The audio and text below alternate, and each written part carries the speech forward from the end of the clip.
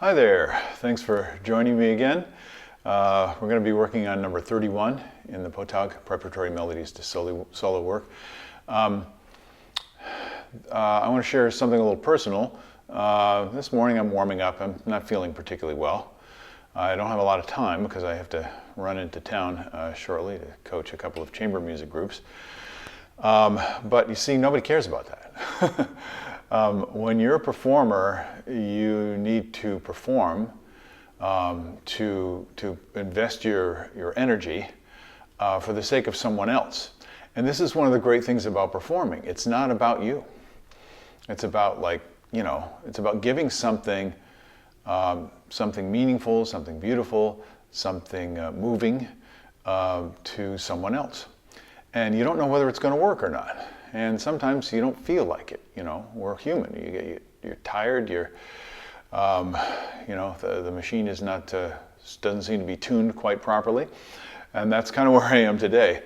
But that's one reason why I wanted to do this, because we need to be real. And a lot of things that you see online are sanitized. They're not real. So I'm going to do the best I can with this, and I hope it works for you. That's my goal. And then I'm going to talk about some of the things, a few of the things, there are many, which you could be paying attention to when you're listening to your own recording of this. I do recommend that you memorize and that you record, because it makes your mind more free to listen to the musical qualities. Okay, so this is called Martial, and that means march, of course. And a march is a kind of a dance. So everything we do in music is about movement, physical movement. So please allow me to play through.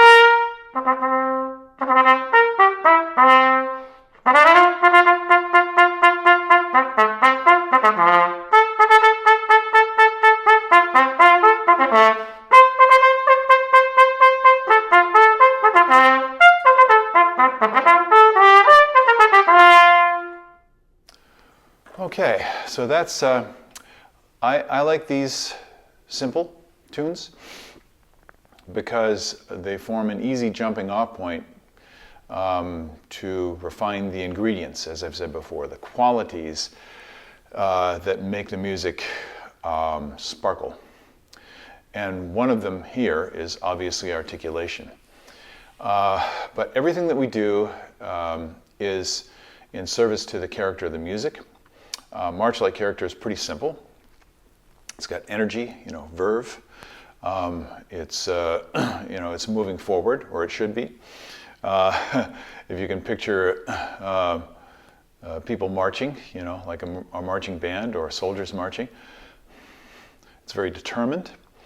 So we're starting to get at the character, and this is where your ability to make decisions, musical decisions, is really clarified. So I want to point out something about how simple this music is. If you look at it, all it is a major arpeggio. So for 4 bars,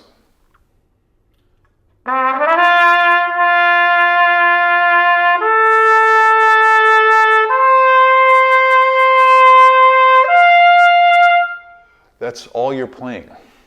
So what makes it interesting? What does make it interesting? See, this is the question. That's the line, that's the phrase. And then where does it go from there? It changes tonality a little bit.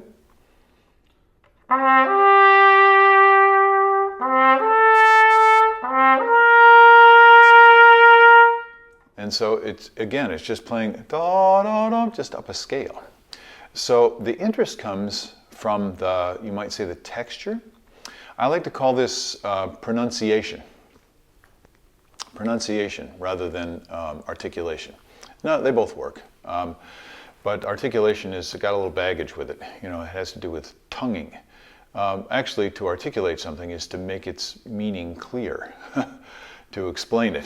And that's exactly what we're doing here. So what are we trying to say? In order to explain something, you have to know what you're trying to say. So I think a lot of the character of this piece comes from the sound of the pronunciation of the notes. So what does that consist of? The tone, the beginning of the note, the middle of the note, the end of the note, and how that sets up the next note. Now all you're doing is playing the same note here. So let's work on our articulation.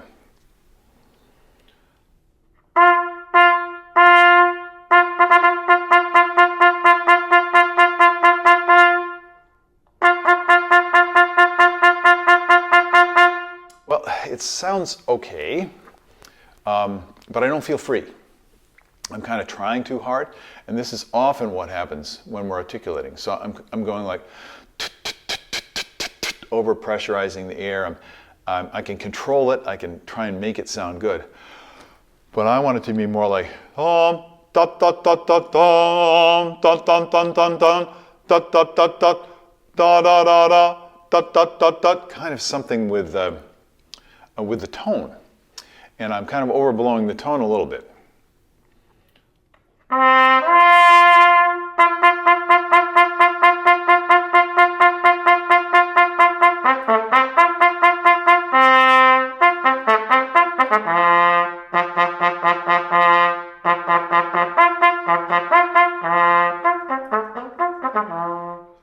So I'm experimenting, and this is the way I practice. I'm looking for a musical ingredient.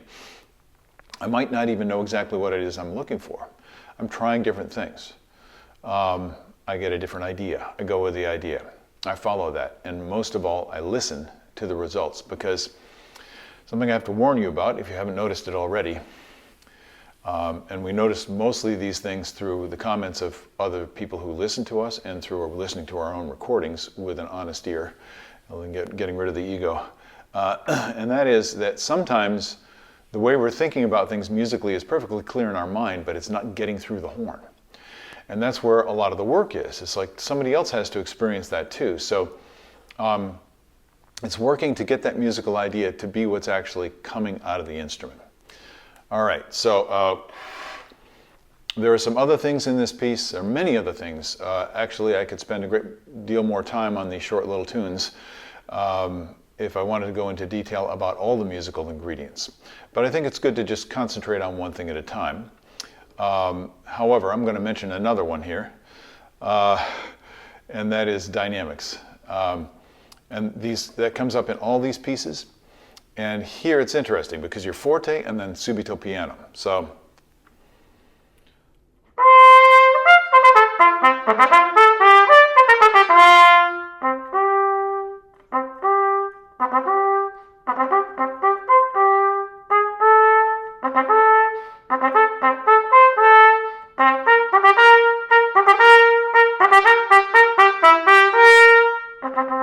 So you see how you do that several times?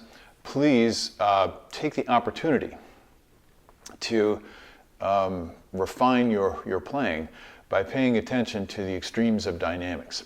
Now, I'm not talking about trying to play loud or trying to play soft. I'm talking really about listening for it and then getting as comfortable as possible with the qualities, especially of the sound. Now, I'm not sure how good that was. Like I say, it's not quite feeling like things are there today. But I'll keep working on it. Hopefully they'll come in later on.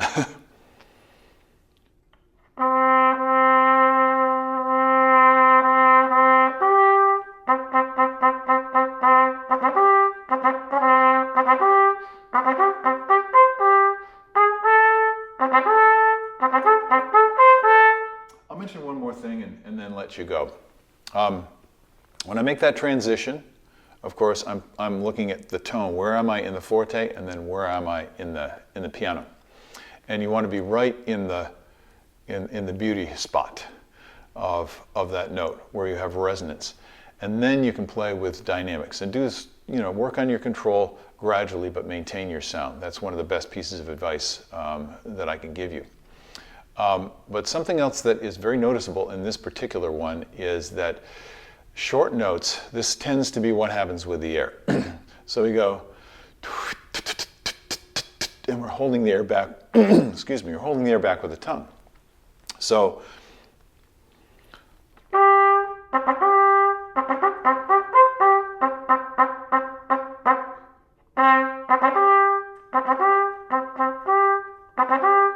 instead of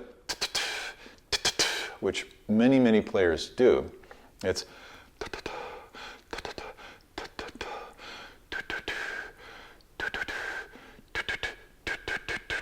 now, if the tongue becomes rigid and starts to generate a little pressure, more than necessary, it's very easy to do, but your body feels that and starts pushing harder against it, and pretty soon the air is backed up, and now the only way you have to control it is with the tongue, by releasing that pressure with the tongue.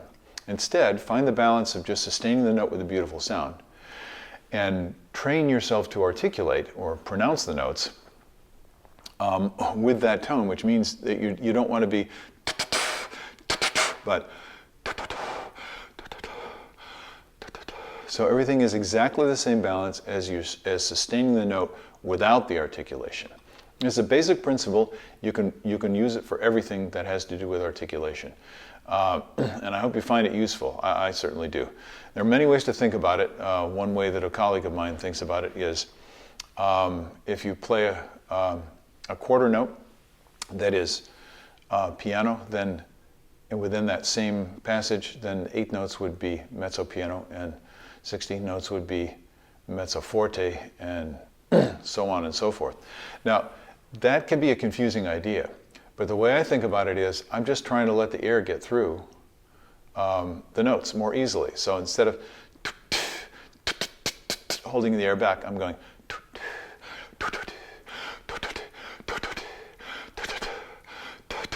That does it for me. And maybe if I keep doing that, I'll start feeling better.